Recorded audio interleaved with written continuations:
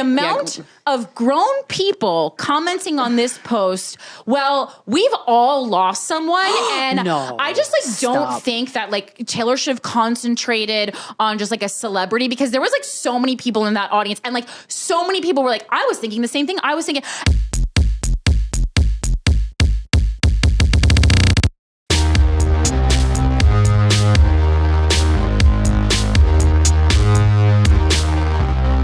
G'day, fuckers. How you doing? Where you been? I don't know. I've been traveling all around. Are you okay? I'm great. Welcome to another episode of Guys We Fcked. It's the Anti-Slut Shaming Podcast. I'm Corinne Fisher. I'm Krystyna Hutchinson. Welcome to the show. Big news, guys. Yes. Big news. We are doing a show that will together probably turn into more shows, but in New York City, I know a lot of people are like, do a regular show in New York City. So we're doing it, all right? Yep. We're doing it. Just me and Corinne the whole time. We're doing it. We're doing Guys We Fcked live at the beautiful Midnight Theater. We performed here last year for the New York Comedy Festival. We interviewed Pauly Shore there. It was very fun. It's a great venue. Michael was there. We did make him sit on a stool behind us the whole time and then didn't address him, which I thought was a hilarious way to do an interview. I still had fun.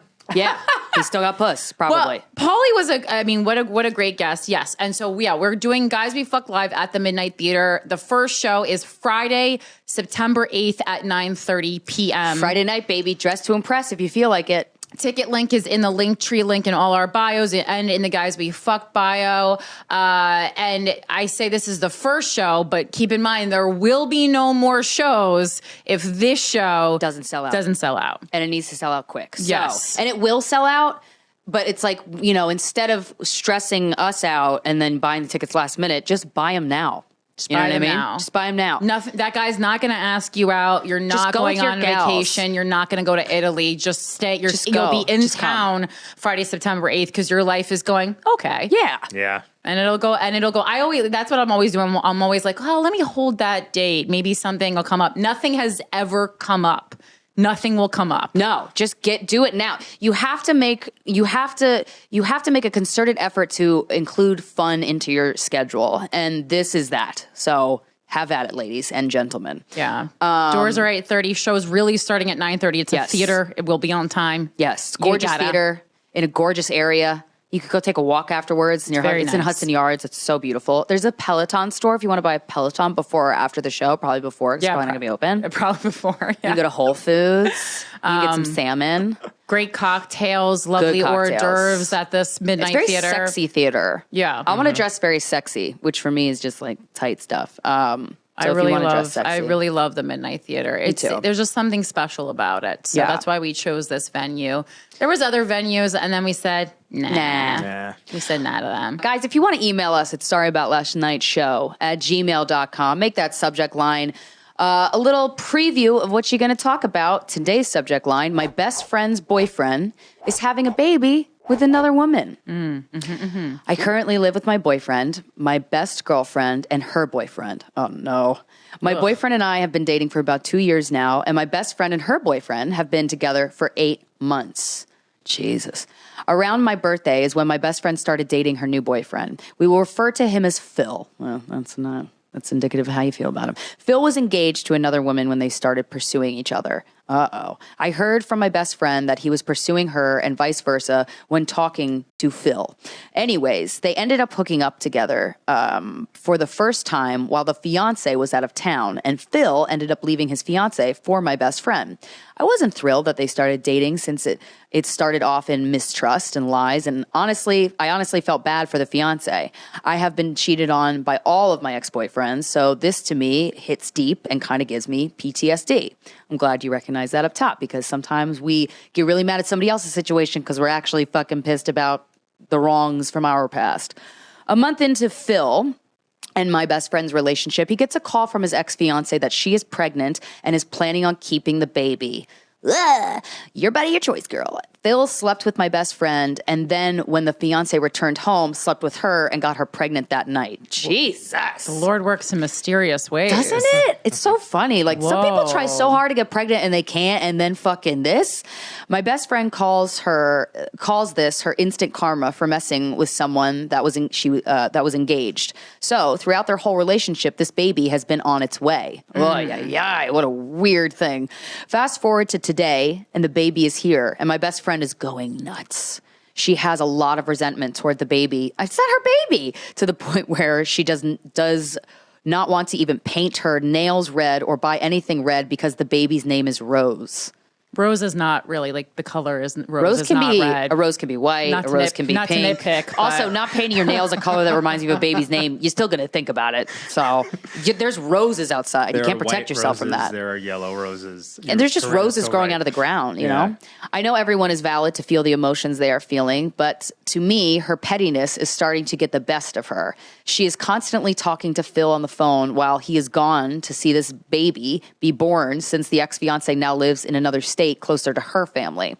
This is really bothering me because I don't get one-on-one time with her anymore because of our work schedule and having both of our boyfriends around, even though she asked my boyfriend to leave the house to have girls' night, and while we were waiting for our other girlfriends to come, she was on the phone with Phil the whole time. It is getting to the point where every time she talks to me about this baby and how she feels so much resentment and says some awful things about the ex-fiance and the baby, it's like she cheers in victory if anything goes wrong with the pregnancy. Oh, that's terrible. Oh. That's fucking awful. And honestly, I don't agree with anything she says regarding this. It makes it hard to be there for her when she is hurting because in my eyes, you did this to yourself. Yeah, man, when people are jealous or insecure, they really get nasty. To me, seems like she's just a bad person at this She does seem like a bad person. I mean, I hate to come to that conclusion. And I know people aren't bad or good, but yes, they are. Well, she's in her bad girl phase. It's going to last a while, it seems. To me, how old is this? I also need to know. I need to know how old this woman is. I think they sound like they're in their mid-20s, but we don't know. They sound very 20s, but that's why I'm like, if they are not in their 20s, then I would be really alarmed. Yes, by this if you guys are in your 30s. Oh boy. To me, she is choosing to deal with this, and I know she has a lot of guilt inside for home wrecking a relationship. I just feel this is hindering our friendship because I have gotten to the point in my life where I don't want drama like this. I love her. She's honestly Seems like you do, based on this email. She's honestly one of the closest girlfriends I've ever had. I just don't know what to do in this situation because I want to be a good friend to her, but I just don't want to hear her say such horrible things about the situation. She almost plays the victim. Oh, that would fucking piss me off. That's like a trigger for me, even though I do that, and so really I'm getting mad at myself. She also plays the victim, which blows my mind because I just think about the ex-fiance and what she is feeling. There have been a few other things, like when it was just her and I living together, she asked if my boyfriend was going to be over all the time, to where I said no, because I know it's not only my space, but it's hers too. When we were living in that apartment for the first 6 months, she was barely home because she was always at her ex-boyfriend's house. And once they broke up, she started dating Phil immediately, and he was all over all the time and didn't even offer to pay rent or any utilities, even though he was pretty much living with us. He didn't start paying for rent until 4 months after we got this new place with me and my boyfriend because he wasn't originally part of the plan of living with her, my boyfriend, and myself, even though he was there every day. This sounds like a fucking nightmare. Yeah. You know what? You and your boyfriend should just get your own apartment. Build a bomb and just set it off in the middle of the apartment. I mean, that's what you already did. All home. That's what you already my did. suggestion. Oh, I also forgot to mention that Phil told my best friend that he was planning on proposing to her next summer. How romantic. I told her, and you know, Phil and fiancés, they don't always work out. That's also like a very long, like I'm planning on proposing to her next summer. That's in a year. Yeah. What? Huh?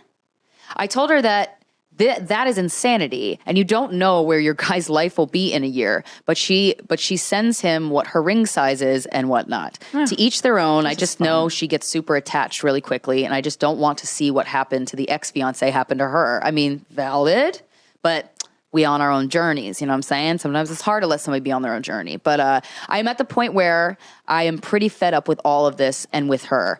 I am having nightmares of them abusing the baby. Oh my God, that's terrible. I've tried to distance myself and just don't really say anything to her when she's on her rants because I have already told her how I feel once they started dating. If you guys could give me any insight on how to be a good friend, but also have boundaries set up with her where this doesn't consume me more than it already does, that would be wonderful. Thank you for having this podcast. It has brought me so much joy and I've learned a lot. Ooh, girl, that's a tough situation.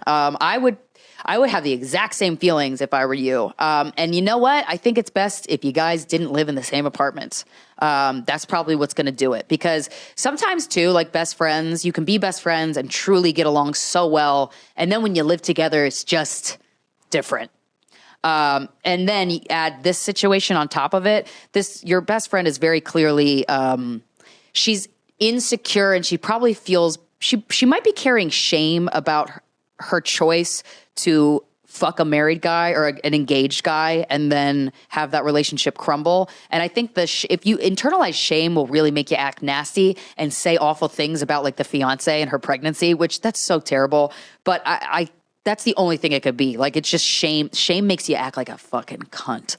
And so I think she really needs to work through that. She needs to be in therapy. I mean, we all do, but Jesus. This is one of those emails that we get quite often where it's like, and you addressed it yourself at the end of it, where it's like you're spending a lot of time thinking about a problem that's not yours. And like, and you're right when you say, like, I think the problem here that you need to work on more is why is this consuming you? And I know you kind of acknowledged that at the end of the email, because that's what I was thinking the whole time that you're writing it. It's like there's, it's weird. Also, I don't want to say you seem jealous, but there's some weird feeling that I can't tap into, like why you care so much. Like I understand that it is annoying to listen to someone complain about something, especially where you kind of think that they're in the wrong. Like that, you know, that's a circumstance when our friend comes to us and we know that our friend is the one in the wrong. How do we still be a friend to them? Yeah. You know?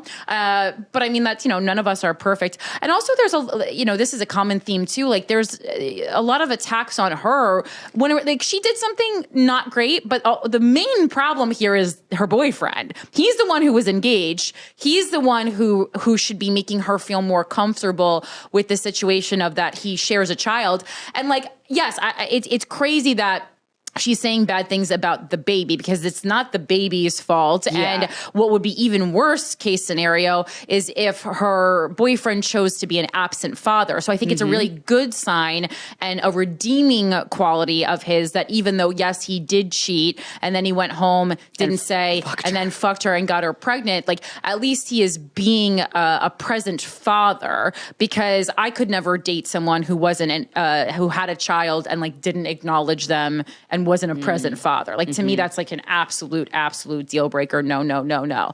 Okay. So everyone cheated. It's like, and it's also like, why are you're seemingly more mad than the ex-fiance? Like the ex-fiance is allowing the boyfriend to visit. She went ahead and had the kid, like not the decision I would have made, but the decision she made. And that's it's her life and her body and her baby. So, I mean, I think like you just have to say, you know, to your friend, listen, like, I want to be here for you, but it bothers me that you're constantly talking negatively about this baby who's, I mean, we just want, you know, isn't our hope for the world that everyone grows up to be the best version of themselves? Yeah. You know, that's because that's good for everyone. Yeah. So I don't really understand. But it's going to feel so much better to your best friend to like think positively about this woman and this baby. Like it's gonna make everything better. She doesn't even have to think. I don't even just not negative. Yeah, like that. Exactly. I don't even think she has to think positively about the ex. I think that's asking a lot. She just has to. And also, it's like, why are you fucking mad at the ex? You're the one. He chose you. Yeah. And I get like you can be. That's why I said the internalized shame thing, because that's such an immature, nonsensical person to be mad at in this situation. She literally did nothing. If anybody can wear the victim card, it's fucking her. Right. And it doesn't seem like she is. I think put a cloak of neutrality over the ex-fiance. She's just there. Yeah. She is what she is. Honestly, it's probably like, yes, it's annoying to you that or to that woman that her boyfriend has to leave to visit the baby. But it's also like, I think it would be far more annoying for your best friend if the ex-fiance and the baby were like in town very close. Yeah. So it's like, you know, no relationship is really going to be a perfect situation. Like there's always a lot of variables that you have to put up with. I was thinking about that a lot this week. And like I always try to minimize the amount of extra people that I'm going to have to deal with in a relationship, which is more, that's like why I don't, wouldn't want to date someone with a kid. It's not really the kid. It's the other people and family members that come along with the kid. Yeah. The kid is not really the problem. Can't get out of that. Kids are kids, you know. Again, I can get along with mostly any kid unless they're an absolute fucking terror,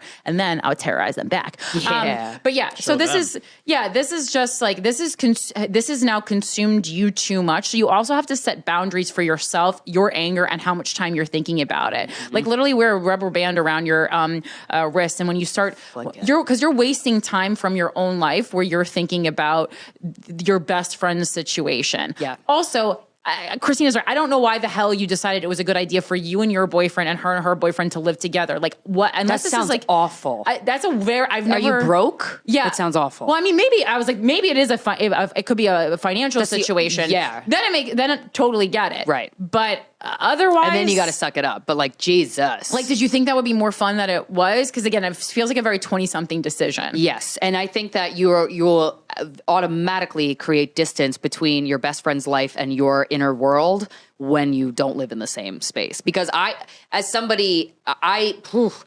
if I'm around somebody, even if we're not like, if we're like I've shared some spaces lately, like with people that they were like in bad moods, and it just fucked me up. Even though I didn't have to talk to them, I was just like, oh, their energy was just there, and I'm just too fucking sensitive to it. So I think that would really be a quick fix if you didn't live together. Yeah, but then also just be like, yo, like I'll listen to you, but I do feel like some of your feelings are perhaps misguided, misplaced, misguided, misdirected. Yeah. But I mean, if I'm being honest, your best friend does kind of sound like not a great person. No. Mm-hmm.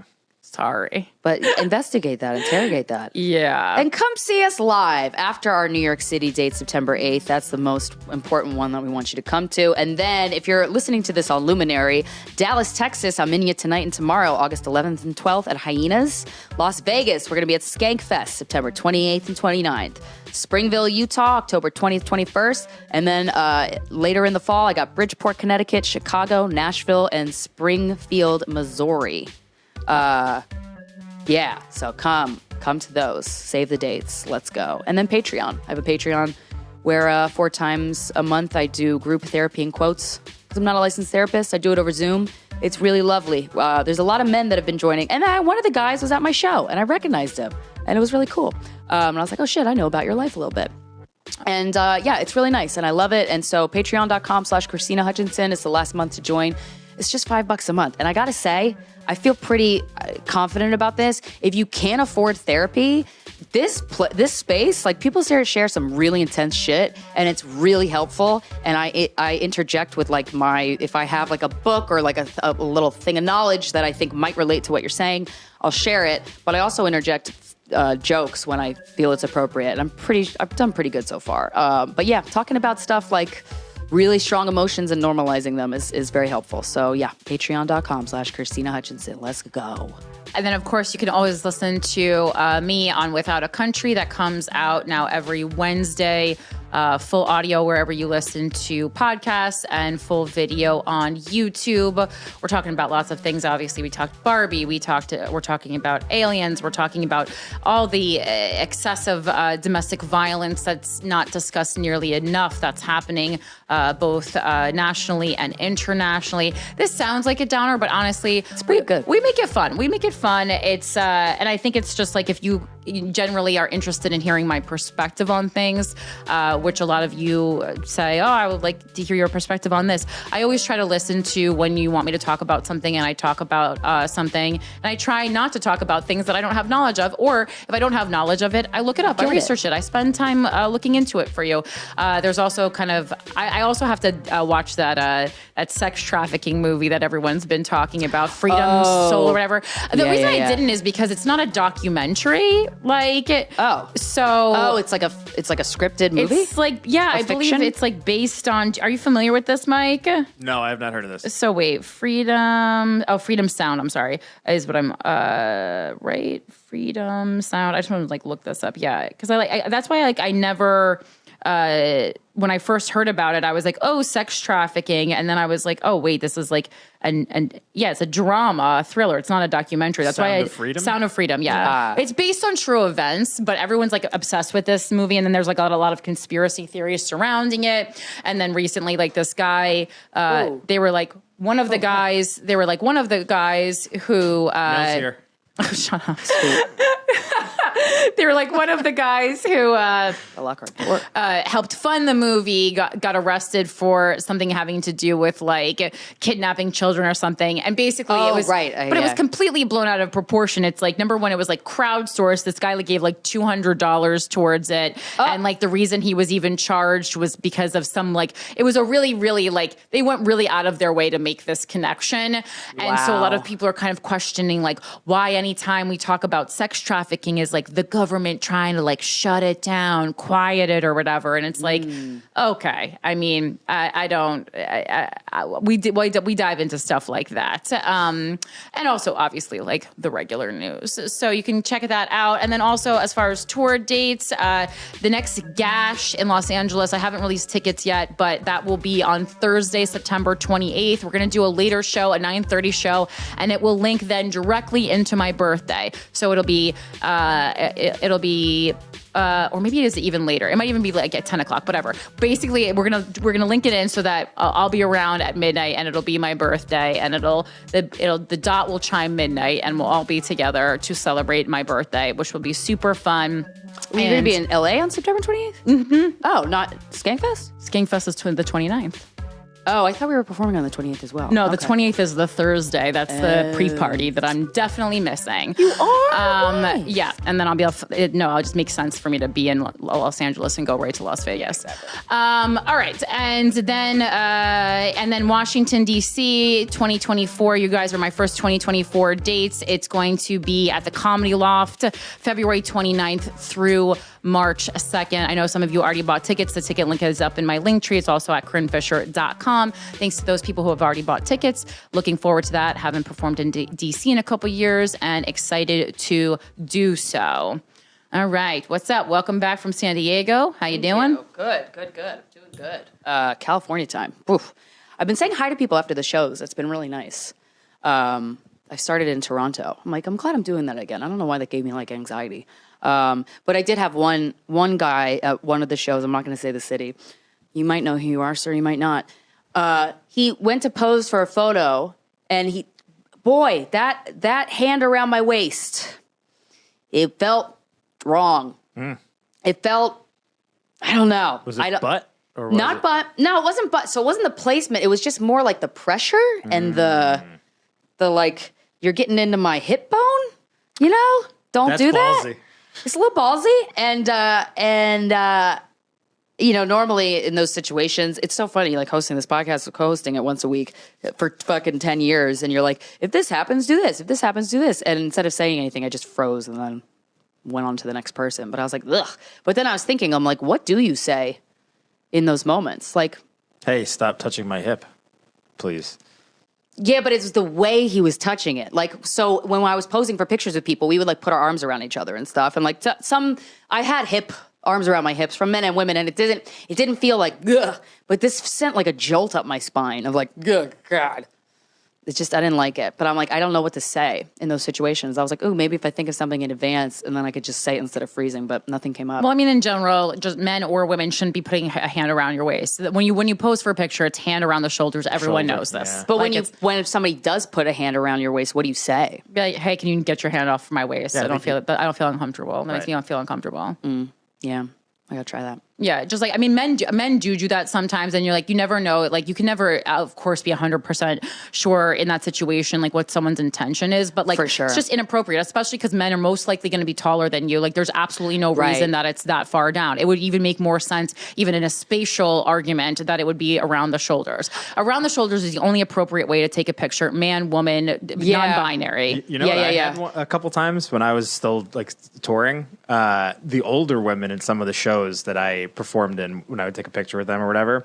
Older, how much? Like 40s, I guess. Like so geriatric. No, I'm not saying like geriatric. Yeah, like MILF age. I was 26 or 27. Oh, okay. So like almost twice your age. Yeah. They would put their hands in my back pocket. Ooh. When we would take a picture. Oh, they're trying to touch your that Costco ass. It happened a couple times. It was very weird. They're like, what that ass do, Mikey? But no, women do inappropriate things all the time. The only time I put, like, sometimes, like, if a guy obviously is like, I have to put my arms around people's waist sometimes if men's because they're so much taller than me. But I also do it like pretty light, or I'll do like I'll do like a flat hand against the back, so like you understand like that it's a friendly, pat. Honestly, I try to like also like hover sometimes, so I'm not even really touching people that much. Yeah, I just don't like fucking touching people I don't know in general. Yeah. But yeah. There were two guys in two different cities that were so fucking tall. I'm like 6'6" tall. Yeah. And like when I went to I went to give them a quick hug. I felt like my tits and their dick were at the same like level, and I'm like, I don't like this. Yeah. I mean, they didn't get a weird vibe from them, but I'm like, sorry to rub my tits against your dick. Ugh.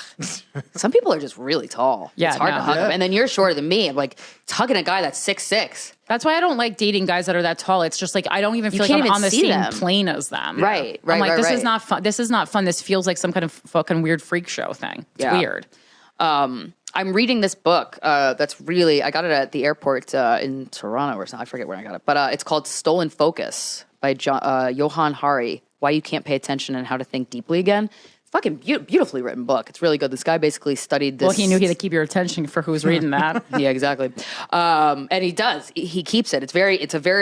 It consumes you when you start reading it. It's beautiful. But it's about a topic that I'm very passionate about. And I feel like we're in this mass experiment of what is being so glued to these phones going to do to our brains and hearts and minds, and as it relates to this podcast, our fucking romantic relationships. I think my boyfriend and I spend a lot of time together, and it doesn't seem, there's not a lot of moments of the phones every once in a while, but then I remind myself, I'm like, we're together all the time. We have to post on social media for our career and stuff. So it doesn't seem to be a problem like in my romantic relationship, but when I'm out in the world, I'm also somebody who I don't have any notifications on, and it's insane to me that someone would have a pop-up notification on their phone every time someone does anything on their Instagram, like a like or a message or a comment. That's crazy. That's super crazy. Fucking insane. You are asking to be so pulled in multiple different directions in your mind that you're going to just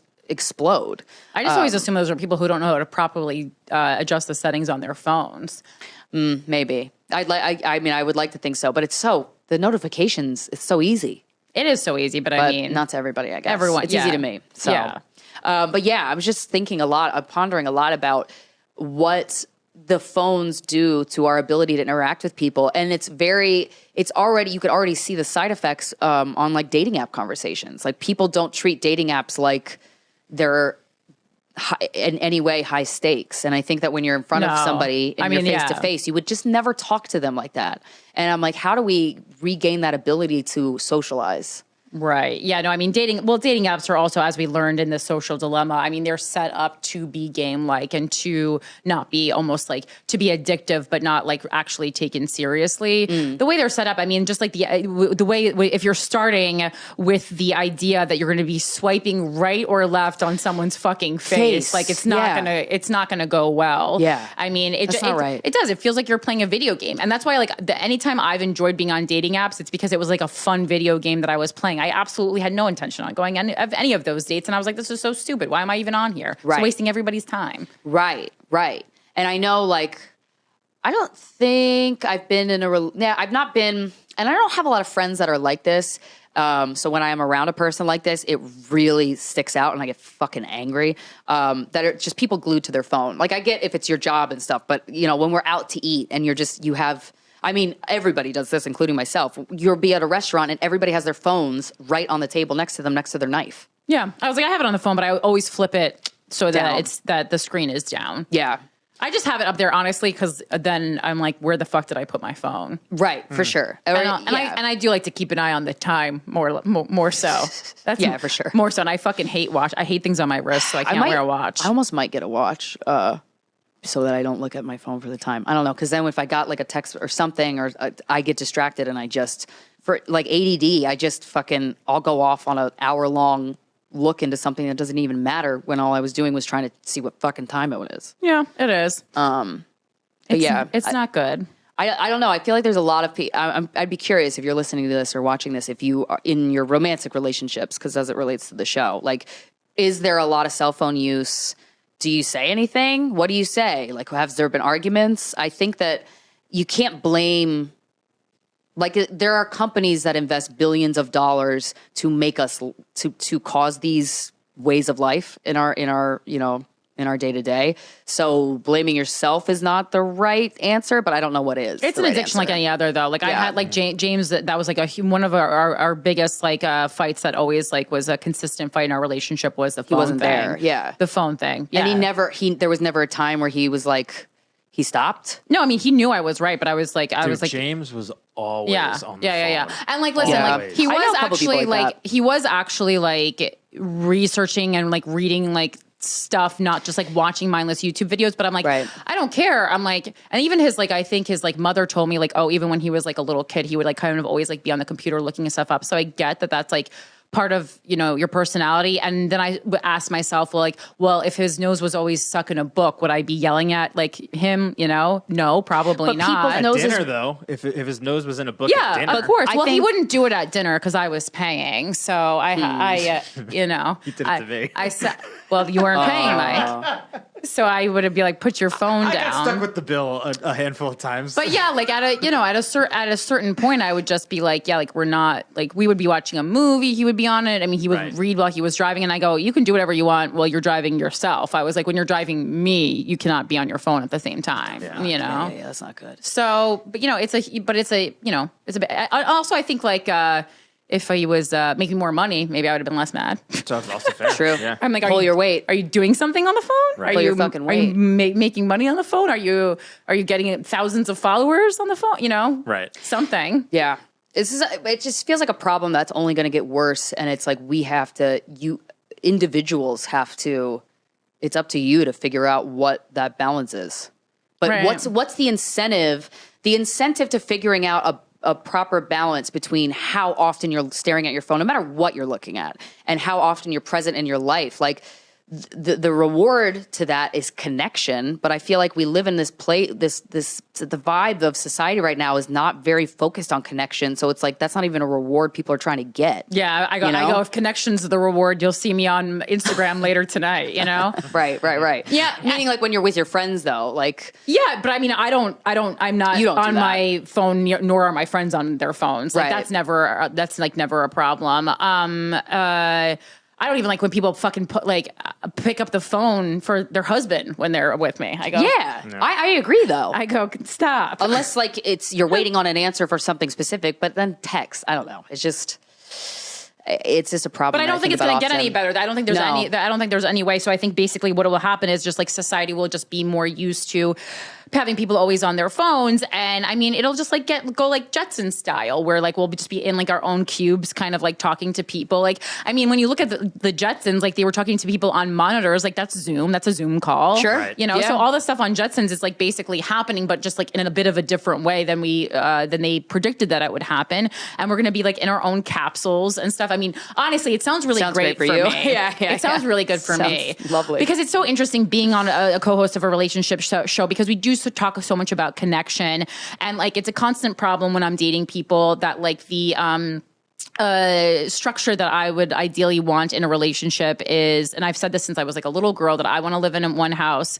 and then my partner lives in another, like either another unit in the building or like down the street from me, because I know that's what would work best for me, and like absolutely no takers for that of anyone that I've even considered wanting to live with or, be with for an extended part of time. Because they're all like, well, that's not what a relationship, like that's not a real relationship. And I go, that's not a real relationship that you've seen an example of. Exactly. I was like, it's certainly a real relationship. Yes. I was like, a relationship is healthier. Literally anything that you want it to be. But I just know, like I was thinking about that a lot this week. And like, I know, I just don't see any world in which I can be cohabitating with someone unless we have a very large house. And based on the people I date, that won't be happening because I already bought my place. Right. So, it's so funny. All these guys are like, we have to live together. Okay, then write a check.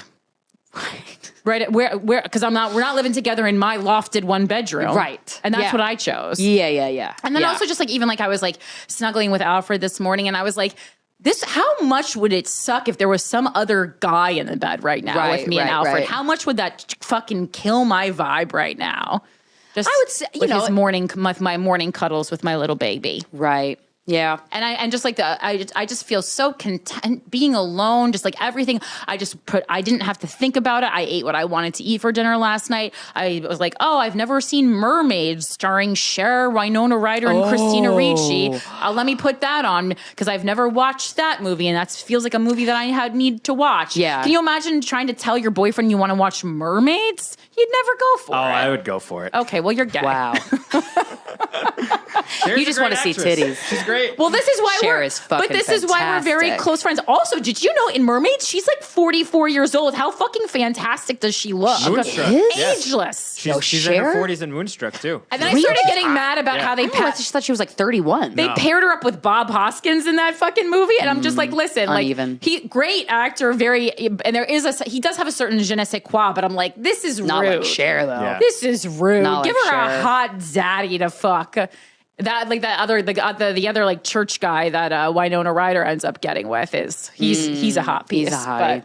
God, I haven't watched. I want to rewatch that movie now. Yeah, so it was just like, and I was like, considering somebody, having to consider another person is a lot. This is why people get married young, though. Like, it makes a lot more sense. Like, with everyone's like, I think that's like where some of the pressure to get married early is. It's because people you won't want to when you're later. Yes, because people know once you get into your groove and you find an amazing groove that works for you.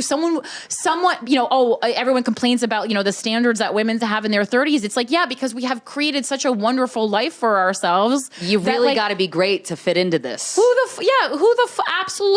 the fuck am I going to allow to kill this vibe? No one. Yeah. No one. Yeah. Just no one. It's a lot of energy to consider somebody else, even if you like love them and are obsessed with them. It's a lot of energy. Yeah. I just don't want to spend any 1 second doing something I don't want to do, which I think is like that's like a kind of like something Kim Cattrall says. She's like, I don't want to be somewhere for like even an hour where I'm not having fun. And I'm like, I get that. I think you would read that quote maybe and be like, oh, this is like a woman obsessed with herself. But I think she really has the right idea. Yeah, fun this is supposed to be fun. And not most people are not having it. Also, people lack empathy. I mean, that's kind of the phone thing is kind of connects to what I was my little thing for this week, which was Taylor Swift was doing the Eras tour this week in Los Angeles. So that was one of the set of shows that people were like very much looking forward to. And if you know, during the song 22, Taylor always gives her 22 hat to a member of the audience. And it's very exciting. And if you get the 22 hat, it's like, holy shit, I got the 22 hat. Usually like a younger girl she gives it to. And so in one of the LA shows, she gave it to Vanessa and Kobe Bryant's daughter, Bianka. And I expected to read the comments and be like, oh, so sweet. What a heartfelt moment. How touching. This child, she's 6. Her name's Bianca. 6. She's 6. She lost her older sister and her dad, one fell swoop. and she gets a hat in exchange. Right. Okay. And the amount of grown people commenting on this post, well, we've all lost someone. And I just don't think that like Taylor should have concentrated on just like a celebrity, because there was like so many people in that audience, and like so many people were like, I was thinking the same thing I was thinking. And I can't believe how many people echo this same sentiment. And I was like, you guys really fucking lack empathy. Because number one, I've also lost a lot of people, but I'm not 6. And I would highly argue that most people at 6 haven't lost their father and their older sister in a tragic helicopter crash. Yes. You psychos. I was like, there are different levels and stages of losing people. Losing someone when, you know, at that point she was like 3 years old, and just like the trauma that must circulate around that family, the absolute loss that must be in that family. Like, you guys are, I had to stop myself from getting in a fight with these people, because I was like, there was such a lack of empathy and such a why not me attitude online, and it is absolutely disgusting. And I gotta say, sometimes we have that with the listeners of this show too, and I think we've had discussions of it enough. And I know it is hard. It's hard to look at a lot of other people who have so much, and being a comedian, this is a problem I have with a lot of our colleagues, who it's a constant like, why not me? You know, why didn't I get this thing? Why didn't I get this TV show? Why didn't I get this festival? Because it wasn't meant for you. Because you're not good enough. Because the other person, you didn't work as hard, or the other person's uncle works for the festival. Like, there's so many factors, right? And I also do think like we've all been told like we are also deserving of everything, that we now expect that we are deserving of everything. And it's like, no, quite frankly, sometimes you're just not good enough, and you didn't work hard enough, and you don't deserve it. Like, the reason Kobe Bryant's daughter gets special treatment is because Kobe Bryant impacted a lot more lives than most of us will ever impact, and so they just get more, and that's just the way life is. And I'm sorry if that fucking upsets you. 5 like, rings. grow up. What? 5-time champion. Yeah, it's like it's ridiculous. It's ridiculous. Wow. And also, like, Taylor Swift is a celebrity, so her other friends are celebrities. And if you actually do 10 seconds of research, you would know that that Kobe Bryant's family and Taylor Swift have a long history of things that they've done together. Like, just for 10 seconds, pretend that you're not a fucking moron. I would love it. I was. That's very disappointing. I was aghast at these comments about this 6-year-old. You're jealous of a 6-year-old girl who got a fedora? Go to therapy. What is wrong with you? Look in the mirror and say, I was jealous of a 6-year-old girl whose dad and sister are dead. That's sad. So that's how invaluable you feel, and how out of control you feel in your life. That's pathetic. Very. You're pathetic, and it's okay. You can fix it, but right now you're pathetic. And you need to fix that ASAP. And I didn't even go, like, I had to walk away from the post, but like, these are husbands and wives. These are voters. These are people who are probably making decisions about women's bodies. These are people who are raising children. These are people who are procreating. It's truly the worst than any horror movie I've ever watched in my entire life. Yeah, that is disgusting. Just like, some people in life get more than other people. It sucks. Yeah. Maybe in your next lifetime you get more. Like, it's what? Yeah. What? Oof. I can't imagine being jealous of a 6-year-old, period, but being jealous of a 6-year-old whose father and sister died tragically, and the absolute cloud and weight that will hold over their family for the rest of their lives, and that will always be something hanging over them. There was nothing I would trade for that in the entire world. Yeah, and that thing you said about some Taylor Swift, because we know a lot of Taylor Swift fans, like diehard Taylor Swift fans, who are fantastic human beings. Yeah. So it's definitely not all of Taylor Swift fans, but what you said was so fucking funny weeks ago about, like, she's cheer captain and I'm on the bleachers. So a lot of her fans are the bitches on the bleachers. Yeah, that's and it's the, why does he like her and not me kind of thing. And that is exactly that type of sad vibe, in that you are a stronger woman than I for not absolutely going to town on those people saying that. That's insane to me. I'm not going to teach them anything in that moment. No. It's like they're going to have to learn that through, like, the lessons of life that will be presented to them over the years. But like, I do think though, like, if you're like, again, and this why Why not me is something that always makes my skin crawl. It's so prevalent among comedians. I always walk away when people are having a why not me conversation. And I know some people right now are like, but what about Call Her Daddy? That wasn't a why not me. That was like, why did you steal our idea? Yeah. Literally verbatim. So I just want to clear that if that's on anyone's mind. But like anytime, and certainly I do look at things and go, man, I would have really liked that opportunity. And then I just say to myself, well, get the fuck off your phone. Stop looking at all these other things that people achieved and go and work harder, because you obviously didn't work harder. What the material you're putting out isn't resonating with people enough. You got to make a change. You got to do something different. That's truly what the conversation I have with myself. I don't just sit around and go, what? The world is against me. No, it's not. The world doesn't care about you that much. You're a blip. You're a blip in the world. Okay. You can think in the ocean. No, none of us really matter on a singular basis. And okay, so just know that. So if you start thinking like, why me? I would really advise you to train yourself out of that thinking, no matter what it is, because it comes up so much and it's so gross and nobody likes it. Yeah. It's so sad. That victim mentality is it is very prevalent. And I do wonder. Can you just imagine being an adult and wanting the Taylor 22 fedora? Stop it. Yeah. Yuck. That's another layer. Yeah. I wonder too if those people, like, you know, we were talking earlier about like men and women wouldn't say the things that they say to each other on dating apps. If you were face to face, you just wouldn't say that. No, like, of course not. That's why I have no problem going to Skankfest. I'm like, no one's calling me a cum bucket to my face. And honestly, if you did, I commend you for your bravery, because you're going to have a long weekend. Do you think those people that commented about that, like, would say that out loud? Probably not out loud. I mean, you'd have to have some real cojones to say that, like, to a 6-year-old, but like, seriously. And then it's also so interesting to see this internet-wide communal jealousy over celebrities. It's like, I think that's why part of the reason now it's being exposed why celebrities are celebrities. Like, a lot of it is like hateful watching. Yes, and when somebody does something like the Lizzo thing, when somebody does something that is wrong, right, is morally like not okay, everyone it is fucked up to watch everybody enjoy tearing other people apart. It's like the "so you've been publicly shamed" kind of concepts that John Robinson wrote about.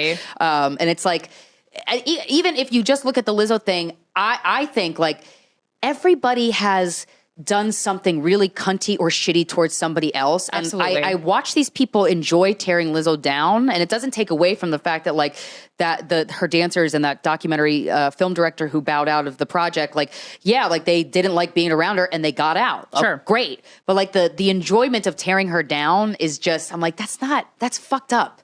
We can't just go, but you did to stop a cycle.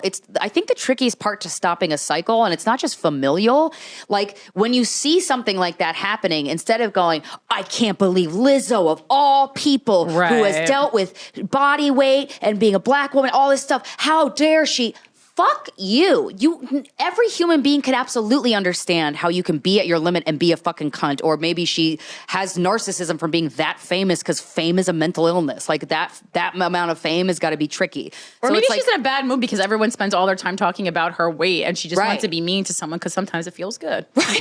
But like every human being understands that concept. And we're all pretending that we don't when we're taking her down. And that's just such bullshit. And so to stop the cycle, you got to not... I understand that it can be tricky, but it's very doable. You just got to not take the fucking bait and don't add to the grossness of the conversation. Well, and when we talk about, I think we're living through, Andy Warhol's prediction of everyone getting their 15 minutes, but both in the positive and the negative, right? So like positively, yes, like so many people kind of became like really huge stars overnight on TikTok or Instagram or whatever, people like that necessarily weren't even pursuing a career in entertainment. But I also think, like things like these, like, Karen video accounts and stuff, people are also getting their 15 minutes for a negative thing. And I think anytime once you've been through, and I don't wish this on anyone, I really don't. No. But anytime, once you've been through an experience like that, where you on your worst day and your worst behavior is exposed and spread around the internet, I think you would really never treat someone like that again. And if you did, you're going to have to continually learn that lesson, or like be presented with that again. And I know that, you know, a lot of people's retort to that is basically like, well, then if you just were being a good person 24/7, it wouldn't even be possible to get this moment on tape. And like, yes. No one is a good person 24/7. Of course, there are extreme examples of racism, misogyny, violence, animal abuse that, yes, no one would ever be able to get those moments for a lot of us on tape because they don't exist. But for some of these, it's like, all right, relax. Oh yeah. Let me just give me your phone for a second. Let me search some words. Yeah. You know, shut the fuck up. Yeah. It's so pathetic. We all have skeletons in our closet. We've all behaved in manners that we're not proud of. And like I said, I think a lot of people carry shame about something on their back. And so that makes you act like a nasty bitch. And in moments where you're not proud of, and these are the moments that we're filming and then putting in front of people going, I can't believe she did that. Yes, you fucking can believe she did that. Stop it. You're excited to point the finger at somebody else. Right. Let's stop with that. Well, Bethany Frankel actually did a really interesting kind of like Instagram to camera reel about the Lizzo situation. And I thought she described people being excited to pounce on Lizzo as a feeding frenzy. And I thought that was a really perfect way to phrase that. Yes. And I'm sure she's experienced many things like that, being a huge reality TV star. And even though after reading the accusations against Lizzo, of course, it's like hard to side with her. And but I didn't want to pile on in any way to that. Like I like unposted so many things like that. I was like trying to make jokes, and I was like, I don't even actually want to contribute to this because of the way people are acting. Like, just disgusts me. If you think about it too, it's like even like when the Me Too movement resurfaced, I'm like how to have a really valuable conversation that actually moves the needle, which is not most people's goal when something like this happens. No, it's getting clicks. Yeah, exactly. So, but if you for the Lizzo situation as the example, like if you fucking shame her and say how fucking dare you, blah blah blah, do you think that's actually going to make her want to face the moments where she wasn't acting proud of herself? Like, do you think like? No, it's not. That's not inviting dialogue to like, we all do this shit. We all behave, we can all have the potential to behave disrespectfully and rude towards other people. And so pouncing on her is not going to make her want to go, hey, you know what? I'm going to take a look at those moments, and those were not my proudest moments. My ego got caught up with the fame. All I do is get fucking body shamed by the internet. That's very stressful. Then you have a dialogue, but like jumping on her like that is only going to push her. That's how you get right wingers. Yeah, we get horny as a society, like when we think about like someone else having to like pay penance, especially to us, the fan of the celebrity. Like, we get like fucking collectively horny, and it's absolutely. I just find it so repulsive. I mean, and I catch myself get in moments like that. When we did the Mark Harley thing, I was like, fuck this guy, fuck this piece of shit, fucking. Like, I got really mad. But it's like, well, I mean, that's also someone who's like, I mean, like committing like crime, like against a woman. Because I mean, I think like, cause, you know, there is the part of the Lizzo allegations with like the sexual assault, and you're like, well, that's not great. Like forcing somebody to participate in a sex show, or like to forcing touch them to eat like, you know, bananas out of genitalia. No, that's disgusting. Ugh. And then what else was it with Lizzo? I don't know. Just the whole thing. You're just like, and also any apology you get, like, it's not a real apology. It's just someone not wanting to ruin their career. Like, always. The fuck? That's what it always is, because there's not real dialogue about this when it happens. Like, people aren't saying like, hey, you know, what maybe you weren't, maybe that wasn't your best day. You know, those type of words are not being used. We also don't really know these people. It's not really our job. It's like Lizzo has friends and family, and, you know, and I think it's more of a situation of how did she get into a space, as so many celebrities do, where no one was telling her like no, or like, where no one was telling her no, basically. Yeah. We see that happen to almost every celebrity at a certain point. That's why I think fame is a mental illness, because everybody stands you. They cheer you on for stuff that's a lot of times mediocre. And then people put out bad albums, bad movies, weird shitty things. And it's easy to get like so applauded for something, and you go, oh, that's good. Okay, I'm going to keep doing it. And then you make art that you don't even like, and you're like, how did we get here? You know?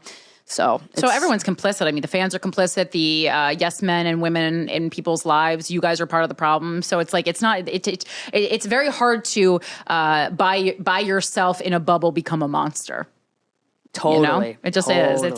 We all contribute to it in some way or another. Mm-hmm. And then also a quick correction from last week. I just for anyone who is listening, the conversation that we do about like where I was talking about like my father having a traumatic brain injury. I just say traumatic brain injury a lot because it was technically a hypoxic brain injury, which means it's like the result is pretty similar, but hypoxic means the injury came from lack of oxygen, whereas traumatic is where it was like actual physical impact. So just for clarification on that, if anyone was thinking about it. But anytime I say hypoxic, people go, what? So I just say traumatic a lot of times. But just if anyone was like from the medical community was like listening and they're like, that doesn't add up. That I just wanted to clarify that, but it doesn't take or change anything from the conversation because a lot of times we were dealing with specialists who specialized in like TBI because again, like the behaviors that you would exhibit and stuff are the same, just the cause is different. So Sweet. Yes.